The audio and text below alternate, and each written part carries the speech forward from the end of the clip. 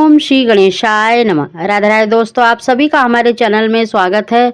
दोस्तों, आज की वीडियो में मार्गशीर्ष संकष्टी चतुर्थी की व्रत कथा सुनाने जा रही हूँ। इस व्रत को हनुमान जी ने सीता जी को खोजने से पहले किया था। यह व्रत बहुत ही श्रेष्ठ माना जाता है। इसकी व्रत कथा सुनने मात्र से जीवन से सभी संकटों का नाश होता है, क्योंकि संकष्टी का अर्थ ही होता है संकटों को हरने वाली। चलिए दोस्तों, व्रत कथा प्रारंभ करते हैं। दोस्तों, मार्गशीर्ष की संकष्टी चतुर्थी को गणाधीप संकष्टी चतुर्थी के नाम से भी जाना जाता है। इस माह को देखिए अघेन माह भी कहा जाता है। इस व्रत को करने से जीवन की सभी संकटों से मुक्ति मिलती है। इस दिन भगवान गणेश जी की पूजा की जाती है, व्रत रखा जाता है। पौराणिक मान्यताओं में बताया गया है कि माता सीता को खोजने से पहले हनुमान जी ने भी यह व्रत किया था। इस व्रत के प्रभाव से वह बड़ी आसानी से सागर पार करके लंका में माता सीता तक पहुंच गए थे। बोलिए गणपति गजानन भगवान की जय। त्रेता युग में दशरथ नाम के धर्मात्मा राजा थे। उन्हें एक ब्राह्मण ने श्राप दिया था कि जिस तरह पुत्र शोक में मृत्यु हो रही है, उसी प्रकार तुम्हारी भी मृत्यु होगी। श्राप को सुनकर राजा को बहुत दुख हुआ। उन्होंने पुत्र प्राप्ति के लिए यज्ञ किया।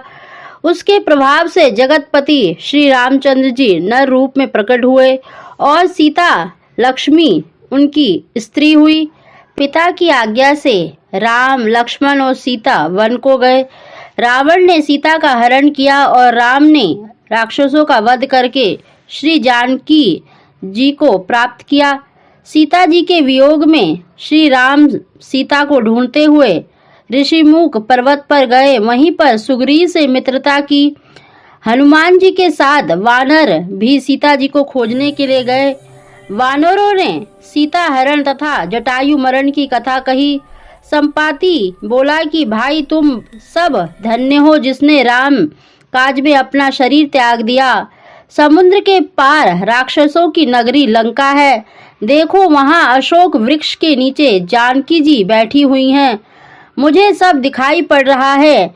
हनुमान जी, इस कार्य को भी गणेश जी की कृपा से तुम कर सकते हो। हनुमान जी, तुम संकट नाशक श्री गणेश चौथ का व्रत करो। श्री गणेश जी की कृपा से तुम जानकी जी का पता लगा सकोगे और क्षण भर में समुद्र पार हो जाओगे। हनुमान जी ने गणेश चौथ व्रत किया और उनकी कृपा से क्षण भर में सागर पार कर गए।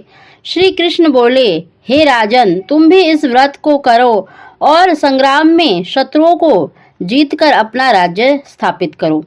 युधिष्ठिर ने भी भगवान कृष्ण के वचनों को सुनकर व्रत किया और अपने राज्य को प्राप्त किया।